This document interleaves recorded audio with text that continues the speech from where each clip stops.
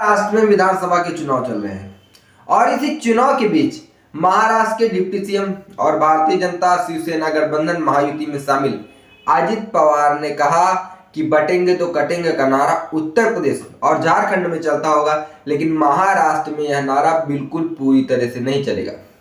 उनका कहना है कि मैं इसका समर्थन नहीं करता, हमारा नारा है सबका साथ और सबका विकास। मतलब मुख्यमंत्री योगी आदित्यनाथ के नारे को महाराष्ट्र से अजित पवार ने नकार दिया है। दरअसल उत्तर प्रदेश के मुख्यमंत्री योगी आदित्यनाथ झारखंड और महाराष्ट्र की रैलियों में बटेंगे तो कटेंगे और एक रहेंगे तो नेक रहेंगे का नारा दे रहे हैं। वहीं प्रधानमंत्री नरेंद्र मोदी ने भी अपनी चुनावी रैलियों में एक रहेंगे तो सेफ रहेंगे का नारा दिया है। अब लोगों का कहना है कि मुख्यमंत्री योगी आदित्यनाथ के नारे का समर्थन आरएसएस पूरी तरह से कर रहा है और भारतीय जनता पार्टी के सारे लोग एक रहेंगे तो सेफ रहेंगे के नारे का भी सपोर्ट कर रहे हैं। पवार ने इंडिया टुडे से बातचीत करते हुए कहा कि दूसरे राज्यों में भारतीय जनता पार्टी के मुख्यमंत्री तय करें कि उन्हें क्या बोलना है।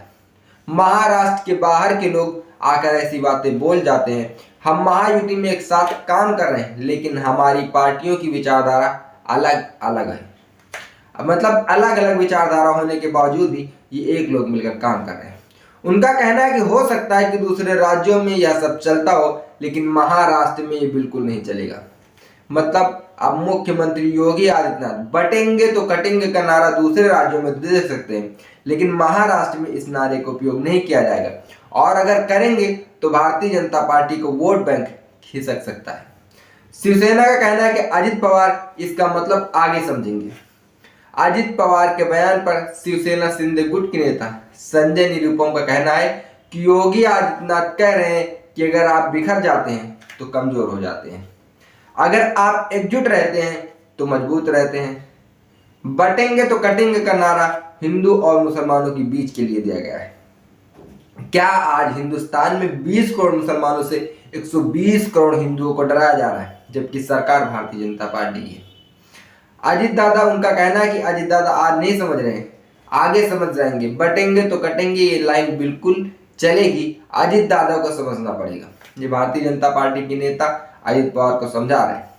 राहुल गांधी का कहना है कि भारतीय जनता पार्टी बांटने की राजनीति करती है और भाजपा के नारे की न केवल अजित पवार बल्कि विपक्ष की ओर से भी आलोचना की गई है। कांग्रेस नेता राहुल गांधी ने भारतीय जनता पार्टी पर विभाजनकारी राजनीति को बढ़ावा देने का आरोप भी लगाया है। राहुल गांधी ने विशेष रूप से नारे की निंदा करते हुए कहा कि यह एक धर्म से दूसरे धर्म के खिलाफ है। ये बात तो सच है कि भारतीय जनता पार्टी ऐसे नारे सिर्फ लोगों को भड़काने के लिए देती है। राहुल गांधी का कहना है कि धर्म के खिलाफ खड़ा करने के बड़ा प्रयास है। वहीं मल्लिकार्जुन खड़गे ने नवंबर को नागपुर में कहा था कि योगी के मुंह में राम है और बगल में छुरी है। योगी साधु के कपड़े में आते हैं और फिर बोलते हैं कि बटेंगे तो कटेंगे।